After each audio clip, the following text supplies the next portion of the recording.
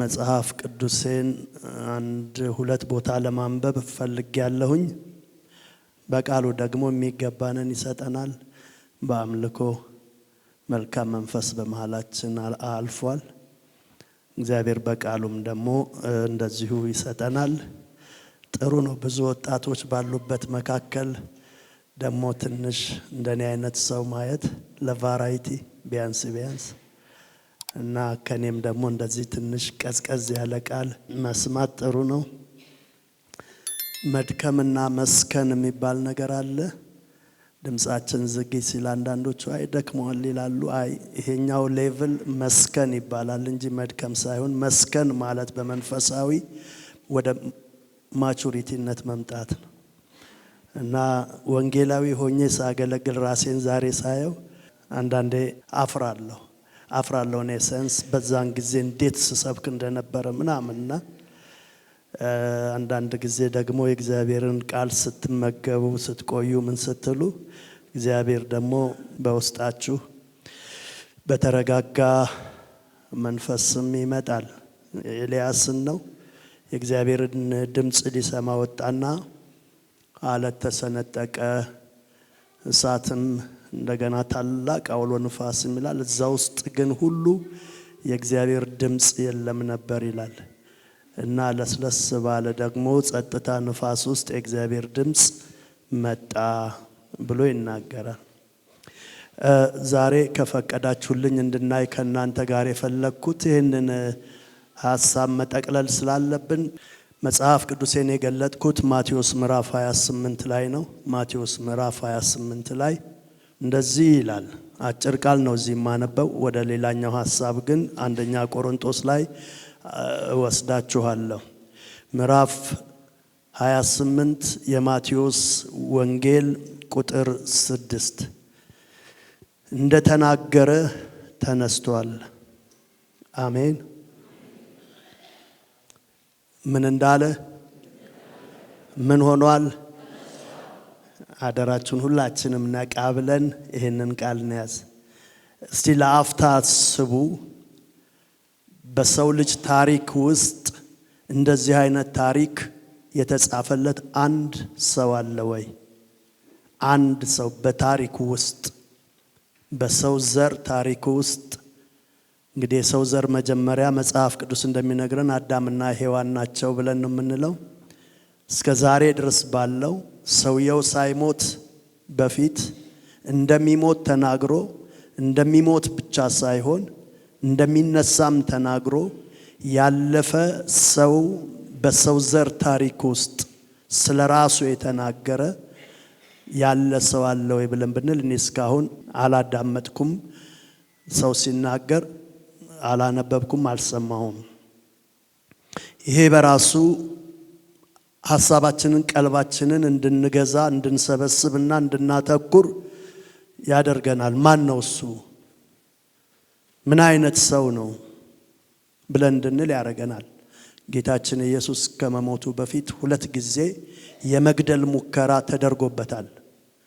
የመግደል ሙከራ 2 ጊዜ ጌታ ኢየሱስ ላይ ተደርጎበታል። አንደኛው ገና እንደተወለደ ሕፃን ሆኖ በሄሮድስ በኩል የመግደል ሙከራ ተደርጎ በሱ ምክንያት ከ2000 የማያንሱ ሕፃናቶች ከዛ ውስጥ እሱ ይገኛል፣ አንዱ ሊሆን ይችላል፣ ለምን የተወለደበት ሰፈር አካባቢ ይሄ ነው ብለው ወደ 2000 ሕፃናቶች በሰይፍ ሕፃናቶች ኢየሱስን ለማግኘት ንጉሱ ጠያቂ ከልካይ የለውም፣ ሙሉ ስልጣን ስላለው ሕፃን ልጆች እድሜያቸው እስከ 2 ዓመት የሚደርስ ግደልልኝ ብሎ ወታደር ልኮ በሕፃናት ላይ በዓለም ታሪክ ውስጥ በሕፃን ላይ የተዘመተ በአዋቂ ላይ አይደለም፣ በእናት በአባት ላይ አይደለም። አሁን የምናየው ጦርነት ሁሉ በትላልቆች ላይ ነው፣ በትላልቆች ነው። በዓለም ታሪክ ግን በሕፃናት ላይ ብቻ በ2 ዓመት ሕፃናቶች ላይ የተደረገ ታሪክ ተጽፏል አለ። ይሄ የመጀመሪያ ታሪክ ነው። ሰው ትላልቅ ሰውን ነው የሚዋጋው፣ ትላልቅ ሰውን ነው የሚገለው። ሕፃንን ጦርነት በሕፃናት ላይ ከፍቶ ያደረገ የለም። ካለም ለወላጆች ለትላልቆች የሚከፈተው ጦርነት ሕፃናትን ሊወጋ ወይም ሊጎዳ ይችላል። እንጂ በሕፃናት ልጆች ላይ ተደርጎ አይታወቅም። እና በዛን ጊዜ አንድ የመግደል ሙከራ በጌታ በኢየሱስ ክርስቶስ ላይ ተፈጽሟል። ሁለተኛው የመግደል ሙከራ ደግሞ የተደረገው ኢየሱስ 30 ዓመት ከሞላው በኋላ አገልግሎት ውስጥ ሆኖ አይሁዳውያኖች ወደ ገደል ገፍትረው ሊጥሉት ወደ ገደል ውስጥ ሊያስገቡት ሙከራ አድርገው ተሰውሮባቸው አለፈ የሚል ታሪክ እናያለንና ሁለተኛው ሙከራ የተደረገው ደግሞ በአገልግሎት መካከል እያለ ወደ ገደል ገፍትረው ሊጥሉት ነው። ከዚህ በፊት ስናገር የሰማችሁኝ ካላችሁ ጌታ ኢየሱስ የሚወለድበትን ዘመን መርጦ የሚወለድበትን ቦታ መርጦ የሚወለድባትን እናት መርጦ የሚሞትበትንም ደግሞ ጊዜና በምን አይነት ሁኔታ እንደሚሞት መርጦ ነው ጌታ ኢየሱስ የተወለደው የሞተው። ይሄም ዩኒክ ጌታ ኢየሱስ ክርስቶስን ያደርገዋል። ማንም ሰው የሚወለድበትን ጊዜ መርጦ የተወለደ ከኛ ውስጥ የለም። በዚህ ዓመተ ምህረት ነው የምወለደው፣ ከዚህች እናት ነው የምወለደው፣ እዚህ ቦታ ነው የምወለደው ያለ የለም። ጌታ ኢየሱስ ክርስቶስ ግን በሚወለድበት ቦታ እሱ ገና ሳይወለድ ከ1000 ዓመት በፊት የት እንደሚወለድ ተናግሯል። በነቢያቶች መቼ እንደሚወለድ ተናግሯል። ከማን እንደሚወለድም ተናግሯል። ከማን እንደሚወለድ ከድንግል እንደሚወለድ ተናግሯል። ኢሳይያስ ምዕራፍ 7 ላይ መቼ እንደሚወለድ በኤርምያስ ላይ የት አካባቢ እንደሚወለድ በዘካርያስ ላይ የትንቢት መጽሐፎች ተናግሯል። እና ያንን ጊዜ ጠብቆ ልክ የተባለው ቦታ ነው የተወለደው። መቼ እንደሚሞትም ተናግሯል። እንዴት እንደሚሞትም ተናግሯል። በማን እንደሚሞትም ተናግሯል። ብቸኛ በሰው ዘር ታሪክ ውስጥ ሲሞት ቀጠሮ ሰጥቶ የሞተ በቀጠሮ የሞተ ኢየሱስ ክርስቶስ ብቻ ነው። እንዴት ነው በቀጠሮ የሞተው? I will come back again after 3 days ብሎ ቀኗንም ቆጥሮ ከ3 ቀን በኋላ ተመልሼ እመጣለሁ ብሎ ነው የሞተው። ለዚህ ነው ቅድም እዚህ ጋር ያነበብነው እንደተናገረ ተነስቷል። እዚህ ውስጥ የሚሆንላችሁ አላችሁ? ቀጠሮ ለሞት ሰጣችሁ እመለሳለሁ ከ3 ቀን በኋላ ብሎ የሞተ የሚሞት አለ? ኔቨር። ማንም ሰው የለም። ይሄ መጽሐፍ ቅዱሳችንን ዩኒክ ያደርገዋል፣ እውነተኛ ያደርገዋል። ሰው በሎጂክ እንኳን በፌዝ ባይመጣ በእምነት ባይመጣ በሪያሊቲ ይመጣል። በጣም የሚገርመው ነገር ሰዎች የዛሬ 2000 ዓመት የተዳረገን ታሪክ ማመን አይችሉም። ለምን? በጣም ኦልድ ነው። ሶቅራጥስ፣ ፕሉቶ እና አርስቶትል የሚባሉ የዓለም ፈላስፎች ኢየሱስ ክርስቶስ ከመወለዱ ከ300 እና ከ400 ዓመት በፊት የነሱ ኖረዋል። ከኢየሱስ በፊት ኖረዋል። የነሱን ታሪክ እንቀበላለን፣ የነሱን ፍልስፍና እንቀበላለን። እነኛ የግሪክ ፈላስፎች ናቸው፣ እንቀበላለን። ከነሱ በኋላ ቅርብ የሆነውን ታሪክ ግን ዓለም አትቀበልም። ብዙ አርኪኦሎጂስቶች ብዙ የጌታ የኢየሱስ ክርስቶስን መረጃዎች አግኝተዋል እውነት እንደሆነ። ፌዝ የሚለውን ቃል አንዳንዶቹ ማሞኛ፣ ማታለያ፣ ማባበያ ነው ብለው ይላሉ። አንድ በዓለማችን የዛሬ 3-4 ዓመት በፊት የሞተ በጣም የታወቀ እነ አልበርት አነስታይንን የተካ ሰው የተባለ የፊዚክስ ሊቅ የሆነ ዊልቸር ላይ የተቀመጠ ታውቁታላችሁ። ናም በቅርብ የሞተ ሰው ነውና ወጣት ሆኖ ምን አለ? እግዚአብሔር ማለት ተረት ነው ብሎ ተናገረ። ይሄን በተናገረ ሰሞን ነው ክሮኒክ በሆነ ዲዚዝ ፓራላይዝድ ሆኖ የማይናገር የማይንቀሳቀስ ሆኖ እስኪሞት ድረስ ዊልቸር ላይ ዘመኑን የጨረሰ። ሰዎች እግዚአብሔር የሚለው ቦታ ላይ ሲደርሱ ላለማመን ቶሎ ራሳቸውን ያዘጋጃሉ። በጣም ደስ የሚለው ነገር ይሄ ጌታ መቼ እንደሚመጣ እንዴት እንደሚመጣ ይናገርና ደግሞ የወጉትም ያዩታል የሚል ቃል ራእይ ምዕራፍ 1 ላይ ከቁጥር 7 ጀምሮ ተጽፏል። ምን ማለት ፈልጎ ነው? እንዴት ነው የወጉት የሚያዩት ብለን ስንል የገደሉት ሰዎች ያዩታል።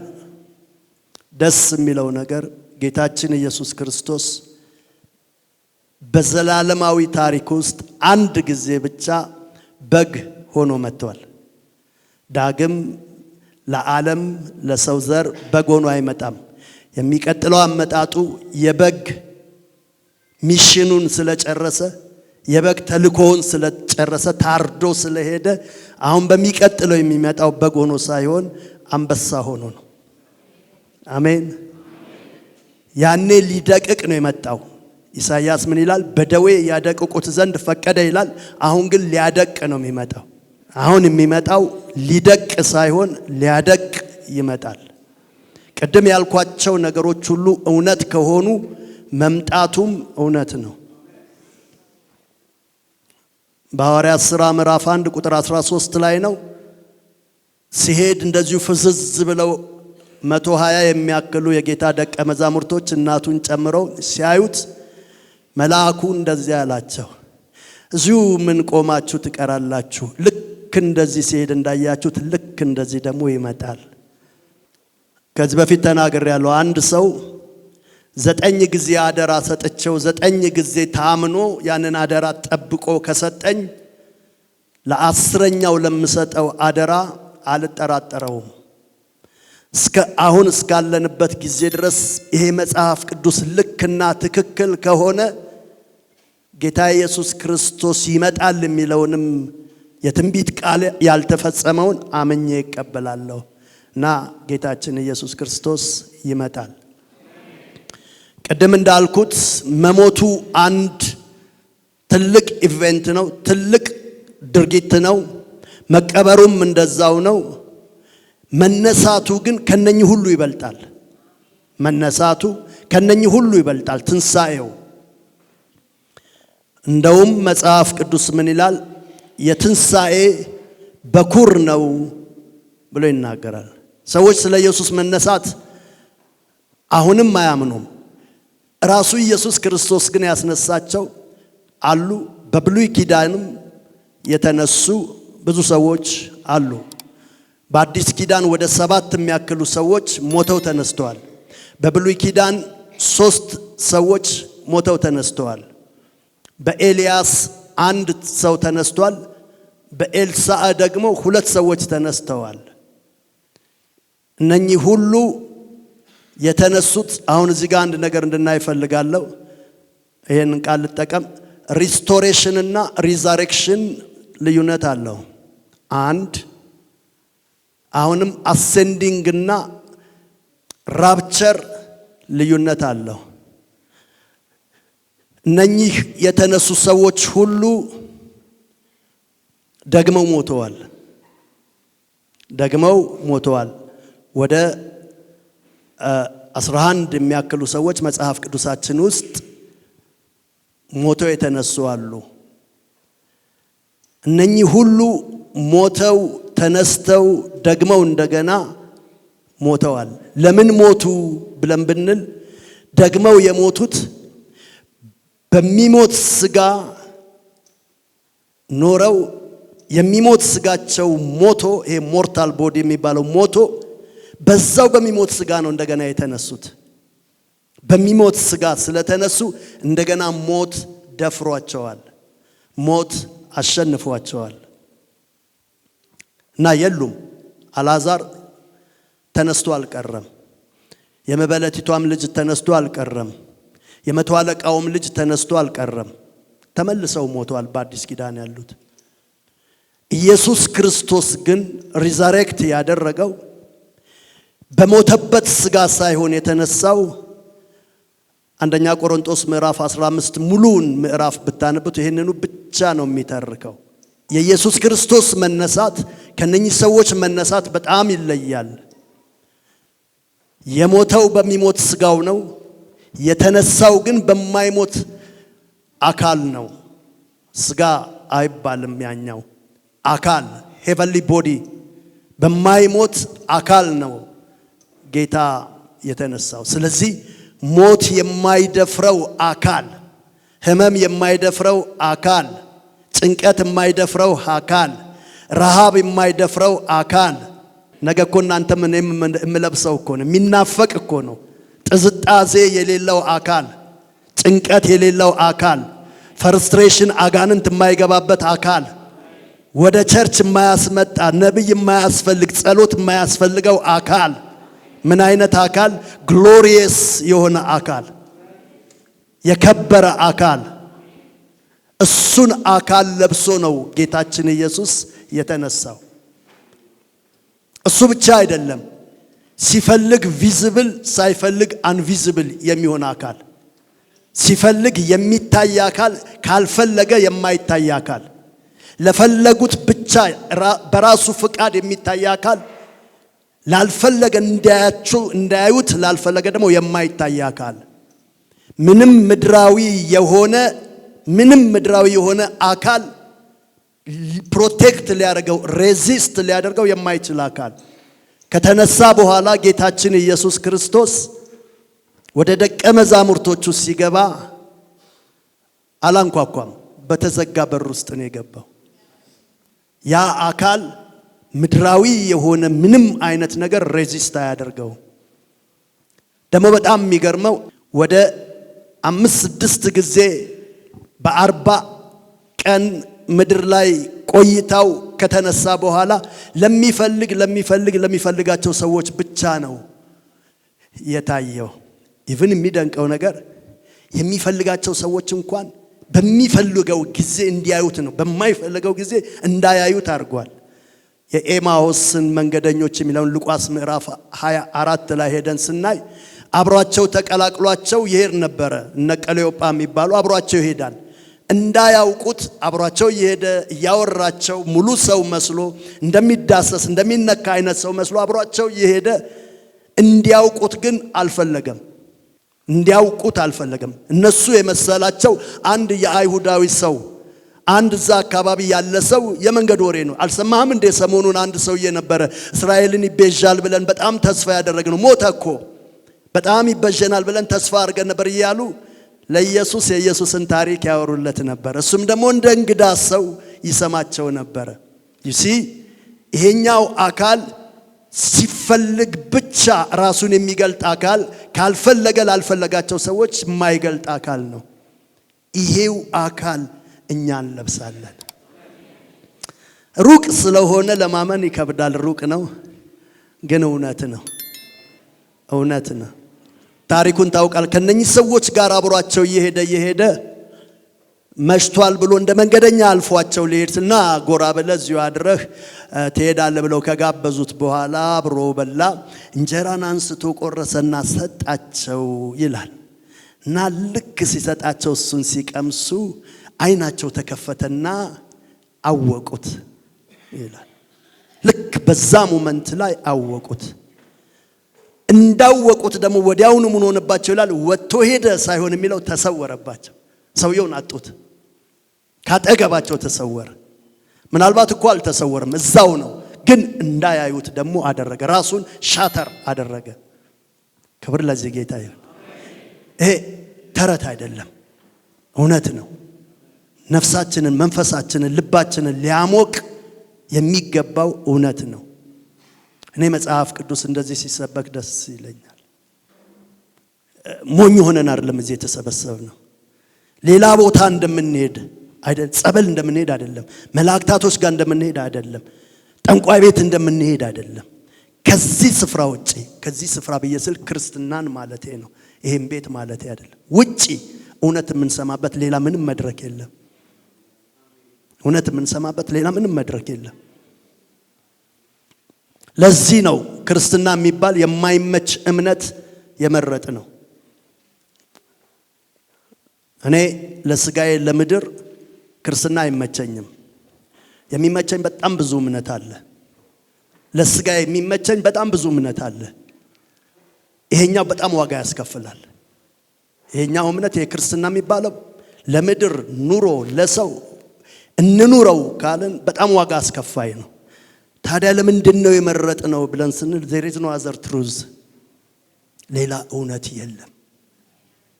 የለም። ጀብደኛ ሆኜ አይደለም የምናገረው፣ እውነተኛ ሆኜ ነው የምናገረው።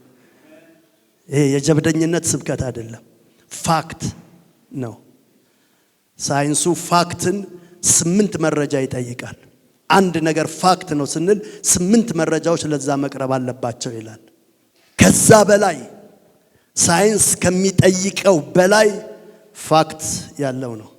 ቶማስን ካላየሁት ያን ሰውዬ እኔ እዛ ላይ ተተልትሎ ነው ያየሁት። እንደዛ የተገረፈ የደቀቀ ሰው የተቸነከረ ሰው ሞቱን አይቼ አሁን ያ አይነት ሰው ተነስቷል ብላችሁ ብትሉኝ አላምንም ሲል ኢየሱስ ምናል ካም ኤንድ ታች ሚ አለው። ናና ንካኝ። ይሄኛ አይደለም ያለው፣ ናና ንካኝ። ራሱ ቶማስ ምን አለ?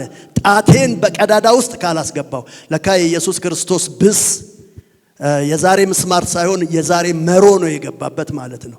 ለምን? በዛ ቀዳዳ ውስጥ ጣቴን ማስገባት አለብኝ። ጣቴን አስገብቼ ነው ቼክ ማረጋው።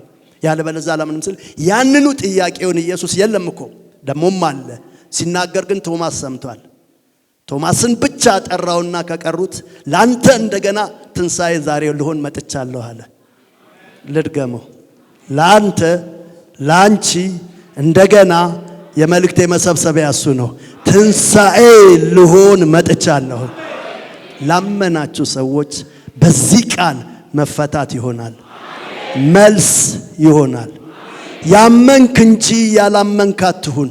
I don't want to lose you ነው የሚለው። አንተን ላጣህ አልፈልግም። ጉዳይህ ነው ብታምን፣ ጉዳይህ ነው ባታምን። ቶማስን አላለውም።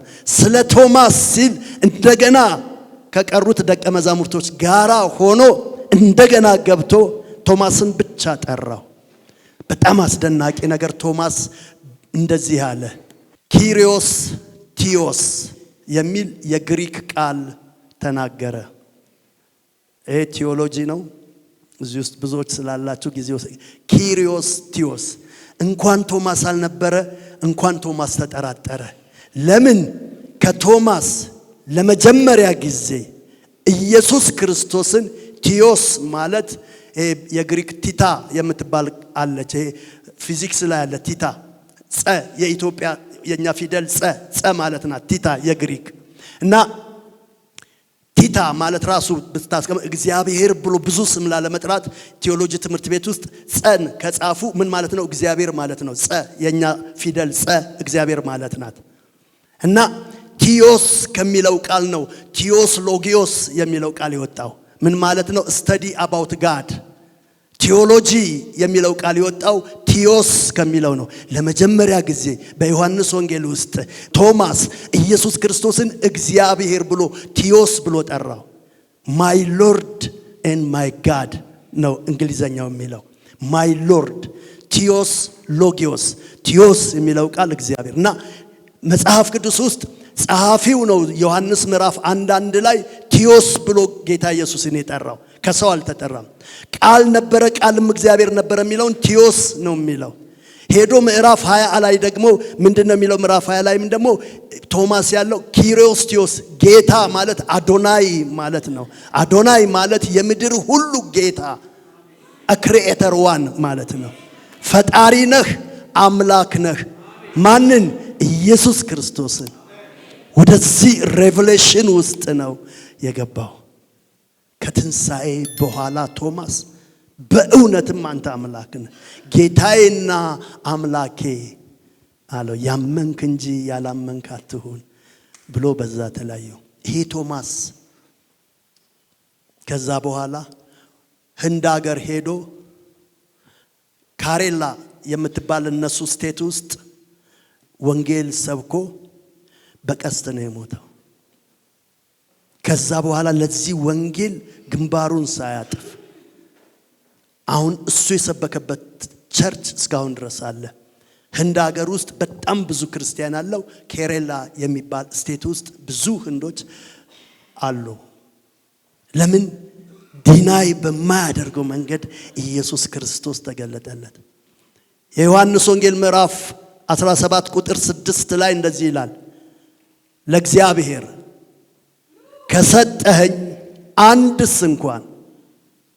ከሰጠኸኝ አንድስ እንኳን አላጎደልኩም ከጥፋት ልጅ በቀር ይላል ጌታ። ማንም እንዲጎልበት እንዲጠፋበት አይፈልግም። ማንም እንዲጎል እንዲጠፋበት አይፈልግም። ጌታ ኢየሱስ ክርስቶስ ምዕራፍ 5 የሉቃስ ወንጌል ላይ አሳ ወደሚያጠምደው ወደነ ጴጥሮስ ሄደና ምን ይላል? የጴጥሮስ ወደ ሆነችው ታንኳ መርጦ ሄደና ከምድር ፈቀቅ እንዲያደርግለት ለመነው ይላል። አደረገለት፣ ተቀመጠና እዛው ሰበከ ይላል። ከዛ ታሪኩን ታውቁታላችሁ። ጴጥሮስ ወደዛ ወንዝ ወይም ወደዛ ባህር የሄደው ጴጥሮስ ምን ሊያደርግ ነው? አሳ ሊያጠምድ ነው። ኢየሱስ ደግሞ ወደዛ ባህር የሄደው ሰው ሊያጠምድ ነው። ስለዚህ ምን ይባላል? ኢየሱስ አጥማጅ ይባላል። እናንተ እዚህ የመጣችሁት በአንድም በሌላ ነው። እናንተ ልታጠምዱ የመጣችሁት አለ፣ እሱ ደግሞ እናንተን ሊያጠምድ ይፈልጋል። ጴጥሮስ አሳ አጥምዶ ሲጨርስ ኢየሱስ ደግሞ አጥማጁን አጠመደው። የሱ ማጥመድ በለጠና ያጠመደው ጴጥሮስ ያጠመደውን ጥሎ ሲሄድ ኢየሱስ ደግሞ ያጠመደውን ይዞ ሄደ። ከዚህ በኋላ አለው ያንተ ስራ ይሄ አይሆንም አለው። ያንተ ስራ ከዚህ በኋላ አይደለም፣ ፕሮፌሽንህን ከዛሬ ጀምሮ ቀይሬዋለሁ። አሳ አጥማጅ ሳይሆን ሰው አጥማጅ ትሆናለህ አለው። አንድ ነገር ልናገር ፈልጌ ነው ወደዚህ ታሪክ የመጣሁት። ልናገር የፈለኩትን ልናገር። በጣም የደነቀኝ የጴጥሮስ መረብ ያልተፈተሸ መረብ፣ አቅም የሌለው መረብ ግን ትልቅ። አንድ ቀን በኢየሱስ ሲፈተሽ ተቀደደ ይላል። መረቡ መያዝ አልቻለም። የኢየሱስ መረብ ግን አይቀደድም። ስንት ዓመት ተሸክሞናል። ስንት ዓመት ተሸክሟችኋል። እየወደቅን እየተነሳን ለኛ የሱ መረብ የፍቅሩ መረብ አልተቀደደም። በዚህ መረብ ውስጥ እኔ ከ45 ዓመት ያላነሰ በእውቀት እኔ የሰንደይ ስኩል ተማሪ ሆኜ ነው ጌታ ቤት የነበርኩት። በእውቀት ግን ከ74 ነው ያገኘሁት። ኦፊሻሊ 44 ዓመት ውስጥ ነኝ። እስካሁን ድረስ የኢየሱስ መረብ እኔን ለመሸከም አልተቀደደም። እናንተን ለመሸከም የጴጥሮስ መረብ እርሙን አንድ ቀን አሳ ቢሞላው ይሄን ቃል ልጠቀም፣ ጉዱ ታየና ተቀደደ። ብዙ አሳዎች ወደቁ። ወይ ባህር ውስጥ አልቀሩም፣ ወይ ታንኳ ውስጥ አልገቡም፣ አሸዋ ላይ ወደቁ። ኢየሱስ እኔን ካጠመደኝ ጀምሮ ጥሎኝ አያውቅም። ምናልባት ለዚህ ሊሆን ይችላል ዘማሪው መንገድ ላይ ጥሎኝ አልሄደም አለ። ደከመኝ ሰለቸኝ አላለም አለ። እናንተን የተሸከመ የኢየሱስ ክርስቶስ የፍቅር መረብ፣ የምህረት መረብ፣ የይቅርታ መረብ፣ የትዕግስት መረብ፣ ይሄ መረብ ይሄው ለዓመታት አልተቀደደም። ይህንን ጌታ ስንናገረው አንሸማቀቅም፣ አናፍርም። ጳውሎስ በሁለተኛ ጢሞቴዎስ ምዕራፍ 1 ቁጥር 12 እና 13 ላይ I am not ashamed because of the gospel I know whom I have believed ይላል። በወንጌል አላፍርም፣ ያመንኩትን አውቃለሁ። I know በወንጌል አላፍርም። I am not ashamed because of the gospel I know whom I have believed ያመንኩትን አውቃለሁ። በዚህ በሰንሰለቴ አትፈር ብሎ ይናገራል። የኛ ጌታ ብቻ የምንፎክርበት የሚፎከርበት ተነስቷል። በዚህ ልክ የሚናገር የእምነት መሪ የለም፣ የእምነት ጀማሪ የለም፣ የእምነት ፋውንደር የለም። በኔ አምላክ ልክ አምላኩን ዲስፕሌይ የሚያደርግ የለም። የብዙዎቹ አማልክቶች ስቴቹ ናቸው፣ ድንጋይ ናቸው፣ በሰው እጅ የተቀረጹ ናቸው። ኢሳይያስ ላይ እግዚአብሔር ሲያሾፍባቸው እንዲህ ይላል፣ ወደ ጫካ ሄደው እንጨት ቆርጠው ይመጣሉ፣ ይቀርጹና አምላክ ብለው ይሰግዱለታል፣ የተረፈውን እንጨት እሳት አንድደው ይሞቁታል። this is so silly ይላቸዋል። ይሄ ነው በቃ አምላክ የሚሉት። የተረፈውን እንጨት አምላክ ብለው አውጥተው የቀረውን ደግሞ አንድደው ይሞቁታል። ይሄ እንዴት አምላክ ይሆናል? ይልና ኢሳይያስ ምዕራፍ 40 ቁጥር 25 ላይ እተካከለው ዘንድ ማን ነው ከኔ ጋር እስኪ የሚችል? ከዛ በፊት ይናገራል፣ ወደ ኋላ ይናገራል። እንግዲህ ቅዱሱን በማን ትመስሉታላችሁ ይላል ቁጥር 25። እንግዲህ ቅዱሱን በማን ትመስሉታላችሁ? እግዚአብሔርን ብንጠይቀው የምድር አፈር ስንት ያክላል ብሎ ሲል አይ አንድም እፍኝ አልሞላ ነው የሚለን። ተራሮችስ ምን ያህል ናቸው ብሎ ሲል ገና ናቸው ይሄን ያህል ናቸው ይላል። የምድርን ትቢያ ሰብስቤ አስቀምጨዋለሁ መዝኘዋለሁ ይላል። አሕዛቦች ሁሉ ቢሰበሰቡ የማይታዩ ለዓይን የማይሞሉ በገንቦ ውስጥ ነው በእንስራ ውስጥ እንዳሉ ጠብታ ናቸው ብሎ ከተናገረ በኋላ እንግዲህ ቅዱሱን በማን ትመስሉታላችሁ ይላል። ነፍሳችሁ በዚህ ቃል ትጽናና። እኔን ደግሜ ልል ፈልጋለሁ። ትላንትናም ብያለሁ፣ የደህንነቴን ደስታ አትውሰድብኝ እንዳለ እኔ ነፍሴ በዚህ ቃል እንድትጽናና ፈልጋለሁ። ቀጠሮ ሰጥቶ እመለሳለሁ ከ3 ቀን በኋላ ብሎ በሞት ላይ ያሾፈ፣ በሞት ላይ ሞትን በሞቱ ነው የገደለው። አንድ የኦርቶዶክስ በገና ሰምቻለሁ። ምን ይላል? በርባን ቢፈታ ኢየሱስ ቀርቶ ምን ይጠቅመናል? ሽፍታ ሞቶ እንኳን ኢየሱስን ሰቀሉት የሞቱን መድኃኒት ይላል። መጽሐፍ ቅዱሳዊ ፋክት ነው። መጽሐፍ ቅዱሳዊ እውነት ነው። እንኳን ኢየሱስን ሰቀሉት ይባላል እንዴ? አዎ ይባላል። እንኳን ኢየሱስን ሰቀሉት አሉና በምን ዘጉት? የሞቱን መድኃኒት። የሞት መድኃኒት ኢየሱስ ብቻ ነው። ለዚህ ጌታ ክብር ስጡት።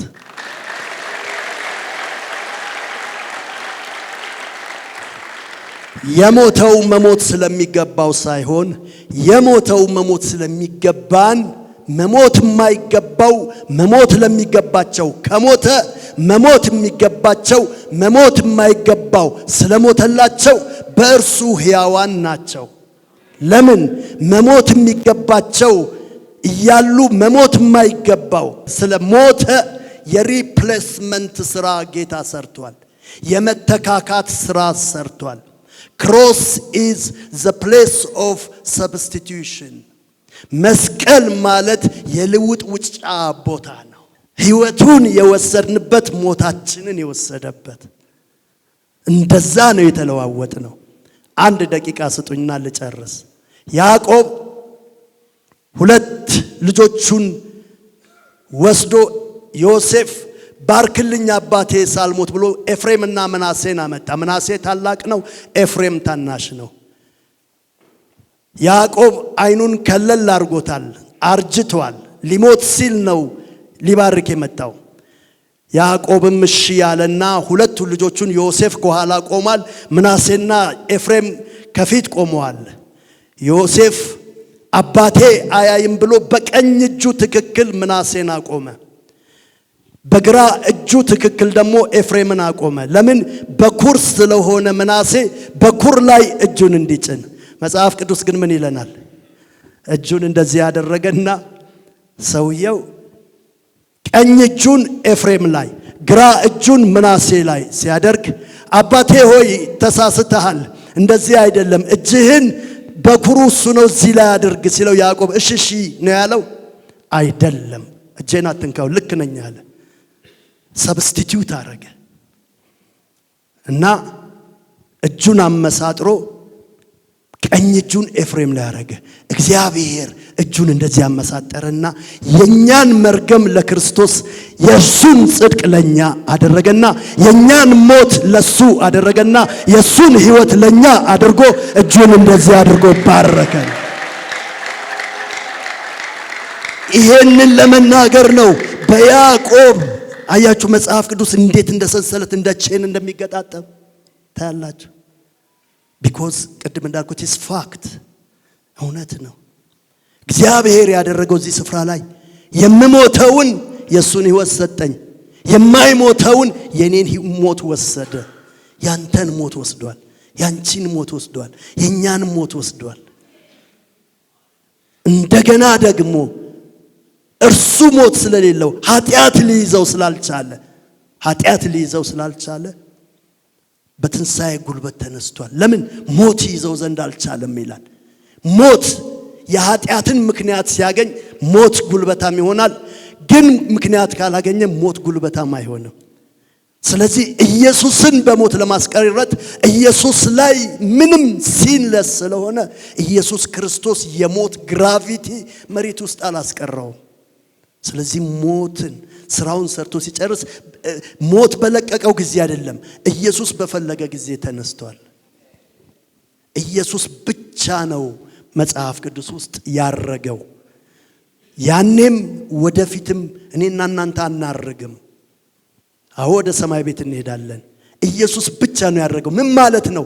ያለምንም ጉልበት፣ ያለምንም ኃይል፣ ያለምንም ስበት ራሱ ነው ከምድር ከፍ ያለው። እኔና እናንተን ግን አናርግም። ምንድነው ምን ሆነው? ራፕች ነው የሚያደርገው። ምን ማለት ነው? መንጠቅ ማለት ነው። አንድ የሆነ ኃይል ይስበናል። አንድ የሆነ ጉልበት፣ ሞትን የሚያሸንፍ ጉልበት እሱ ይስበናል። የኔና የናንተ ራፕቸር ነው የሚባለው። የኢየሱስ ክርስቶስ ግን ምንድነው? እርገት ነው፣ በራሱ ነው። እኛን ግን የሚስበን ኃይል አለ። አንዳንድ ሰዎች እገሌም አርጓል፣ እገሊትም አርጋለች ይላሉ። የለም፣ መጽሐፍ ቅዱሳዊ እውነት የለም። ኢየሱስ አምላክ ስለሆነ ማንም ከላይ እንዲስበው አላስፈለገም። እኔና እናንተ የዛሬ 100 ዓመት የሞታለ፣ የዛሬ 1000 ዓመት የሞታለ እና አብርሃምንም ሰማያዊ ጉልበት አንድ ቀን ከሞት መንጋጋ ነጥቆ ያነሳናል። ለምን? በኩራችን ኢየሱስ ተነስቷል። ክብር ለዚህ ንጉሥ ይሁን። ይገባ። በደንብ ክብር ስጡ። ሃሌሉያ! ተነስቷል።